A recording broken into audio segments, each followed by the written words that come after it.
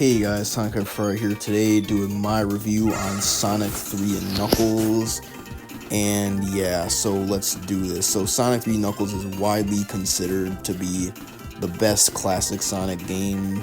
Some people even prefer it over Mania. And yeah, so let's do the review. So first let's talk about aesthetically speaking. Aesthetically speaking, Sonic 3 Knuckles is a great looking game. You know, great aesthetics, and yeah, definitely one of the best looking classic Sonic games. And yeah, now let's talk about the soundtrack. The soundtrack, most people really love it, and yeah, my favorite songs would be Hydro City Act 1 and 2, Ice Cap Act 1 and 2, Launch Base Act 1 and 2, and Flying Battery Act 1 and 2, the boss themes, especially Big Arm Boss and, what is it? Big Arm and, what's the other one? Oh yeah, Doomsday Zone, yeah. And, yeah, so now we got, oh, also, there's, a lot of people know this at this point, but Michael Jackson actually did have like contribution to the soundtrack, even though he wasn't really that involved. A lot of his musicians were still involved, like Brad Buxer, Sirocco Jones, I think, Howard Dawson, and even more. So yeah, so the music overall pretty good. And yeah, now let's talk about the story.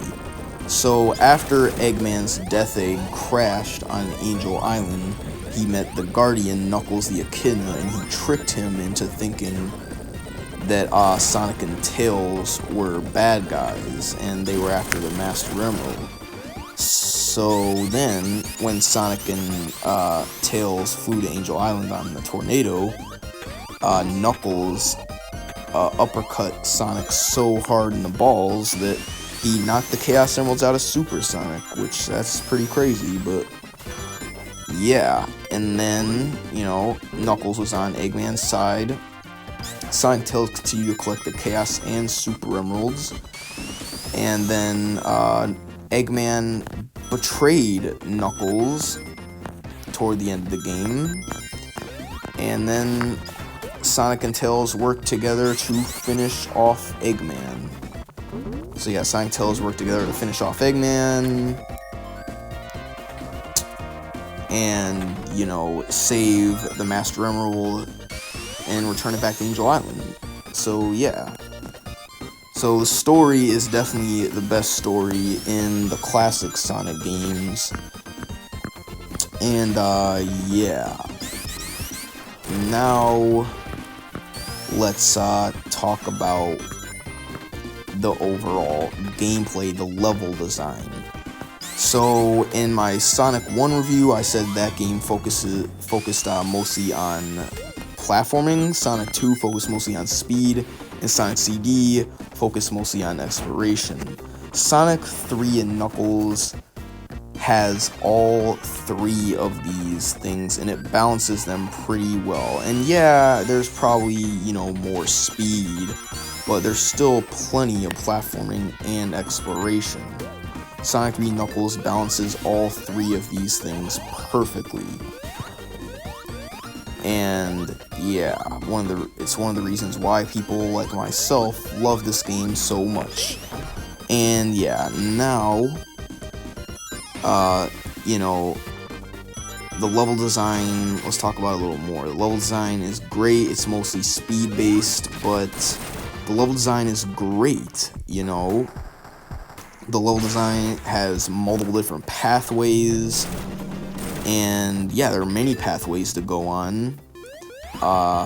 And the playable characters are Sonic, Tails, and Knuckles. Sonic being, you know, the normal way of playing the game, the normal difficulty of the game. He has a spin dash, and he has the Insta-Shield. A new move in this game, which doesn't really, it's actually pretty useless if you're trying to protect yourself, but in terms of like, you know, in terms of actually for bosses, like the instant shield is really useful against bosses, but when it comes to protecting yourself, it's not that useful. Tails is also different in this game because Tails can actually fly this time. He can actually fly for a really good amount of time, and if you have a second controller, you can actually use Tails to fly you if you're playing with Sonic and Tails. So yeah, that's pretty cool. And yeah, Knuckles is slower than Sonic and Tails. He has the shortest jump, and he has the ability to glide and climb walls.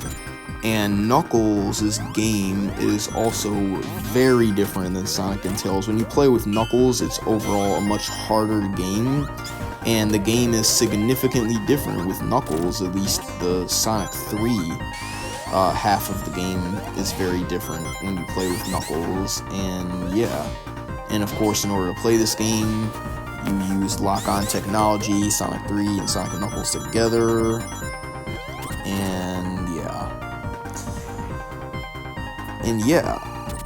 So, also, something new in this game, new power-ups in this game are the elemental shields, the fire shield, the electric shield, and the bubble shield. The bubble shield makes Sonic have a bounce, you know, where he can bounce up and down, and it also makes it so it can, the bubble shield can also, all three shields can deflect projectiles, and the bubble shield also makes Sonic breathe infinitely underwater as long as he has it. So yeah, the fire shield gives Sonic a mid-air dash, which would later become the homing attack in the modern Sonic games. And it gives, you know, Sonic a mid-air dash, I just said. It also deflects projectiles, and it makes all the characters, you know, immune to fire. And then the electric shield, is definitely my favorite shield. It gives Sonic a double jump, and it makes every character attract rings, which is really useful when you're playing the Super and Hyper Sonic, which we'll get on more to later. So yeah. So the elemental shields, unfortunately Sonic is the only one that can use the elemental shields, but Tails and Knuckles can, you know, they still have them, they just can't really use them. And yeah. So now let's talk about the special stages. So the special stages in this game are definitely the best out of the games we reviewed so far, because they're easy to get into, fun to play, yet challenging, and yeah, they're definitely the best special stage. The Blue Sphere special stages are definitely the best. Yeah, they're relatively difficult, but they're not like bullshit difficult, you know, they're still like fun in a, you know, challenging sort of way. And yeah, so, you know, they're fun and all, and yeah, they're just great. They're overall really great special stages.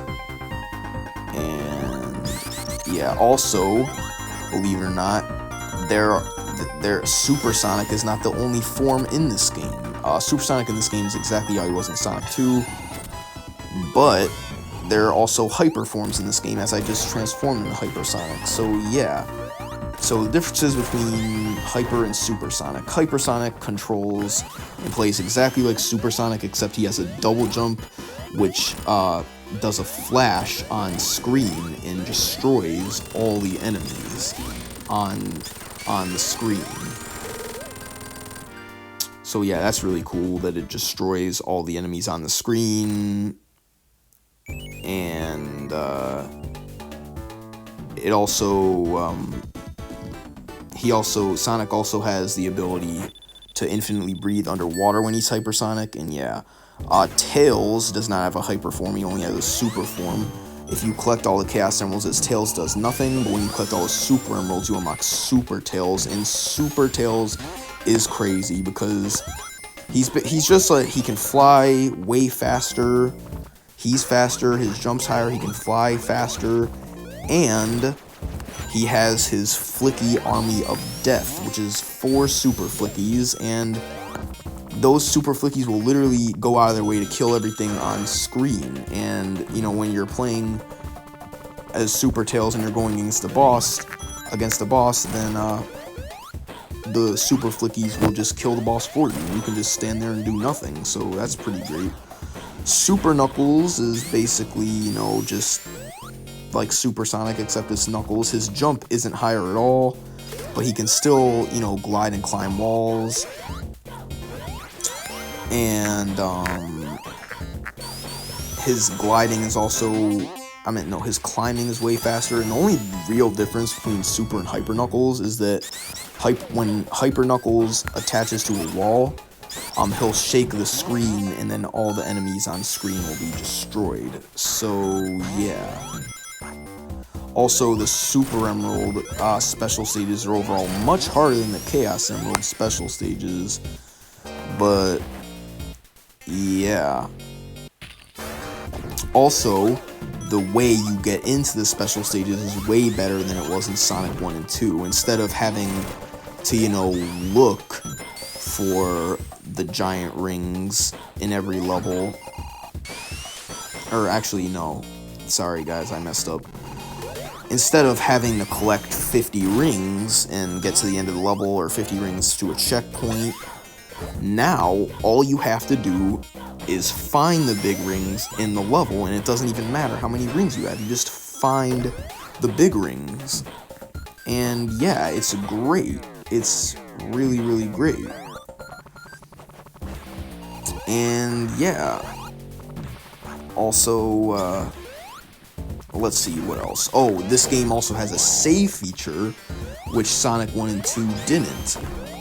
Sonic CD did, but it's not quite as good as this game. So yeah, this game has a save feature, which is, you know, really cool, because when you unlock Super and Hyper Sonic, every single Chaos Emerald you collect, it stays on that file forever. Unlike in Sonic CD, if you collect a time zone or a generator, you actually have to beat the zone in order for it to actually save, but in this game it automatically saves as soon as you get it. So yeah, that's also really nice. Also, this game has brand new zone and act transitions as well, so that's really cool. So basically what that is, instead, in all the other Sonic games before this game, after you beat a level or a zone, the screen just faded to black. But in this game, after you beat every act and every level, there's a transition. Instead of fading to black, it goes straight to the next level. And there's also a zone transition, which is really cool. They didn't even need to have the zone transition, but they still had it anyway, because honestly, why not? Like, it wasn't even needed, but they still added it anyway. So yeah. And yeah, I mean, Sonic 3 Knuckles is just a phenomenal game with a phenomenal story, you know. And out of all the classic Sonic games I've reviewed so far, this one is by far the best. It is better than pretty much all the classic Sonic games in just about every single way. And yeah, it is just a phenomenal game. Sonic 3 Knuckles is a phenomenal game. But let's talk about every level individually, since I didn't do that yet. Angel Island Zone, good first level. Hydra City, the best water level in the whole series. You know, it's very fast-paced. You're not even in the water for that long, and there's bubble shields that you can constantly get, so you don't have to worry about drowning. Marble Garden is alright. It's a pretty good, fast-paced level. Carnival Night is probably my least favorite level. I don't know, it's just kind of slow and boring. But yeah, Carnival Night is a really awesome level, though. And let's see, next stage would be Ice Cap Zone. I love Ice Cap Zone. Ice Cap Zone is amazing. It's super awesome. Yeah, Launch Base Zone, also pretty fun, you know, really like that stage. Mushroom Hill Zone, this level I'm playing right now, well, I'm not playing it right now, but this level that you see footage of right now, love Mushroom Hill Zone, pretty great zone, multiple different pathways, love it, it's a great level, I love replaying this level. Also, Mushroom Hill Zone is kind of reminds me of a Mario level. Flying Battery is pretty good, you know, it's really fast paced, it's great. Sandopolis Zone is probably everybody's least favorite stage in the game, but Sandopolis Zone is honestly alright. Sandopolis Zone is really only difficult when you first play the game. Sandopolis Zone, then there's Lava Reef, which is alright, you know, still pretty good. Sandopolis Zone is still a lot better than, you know, Labyrinth Zone or Scrap Brain Zone or Metropolis Zone, so yeah. Then there's Lava Reef Zone, which is okay, you know, I think that the music is pretty good for, like, Act 1 specifically, really love Act 1's music. And, after Lava Reef Zone, there's Hidden Palace, which is just Lava Reef Act 3, pretty much. Sky Sanctuary Zone, really don't care for Sky Sanctuary Zone that much, but it's really cool to fight Mecha Sonic. And the Death Egg Zone, you know, is a pretty good, challenging final level.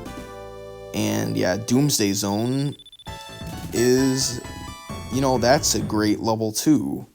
The Doomsday Zone is a great final boss, I really love it, and I remember getting all the Super Emeralds for the first time, and, you know,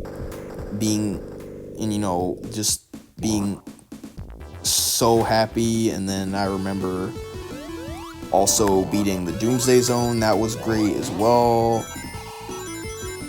And yeah, so overall, this game is just outstanding. It is a phenomenal game. It is one of the best Sonic games ever, and even though it may not be a perfect game necessarily, I would still say that this is a 10 out of 10 game. And yeah,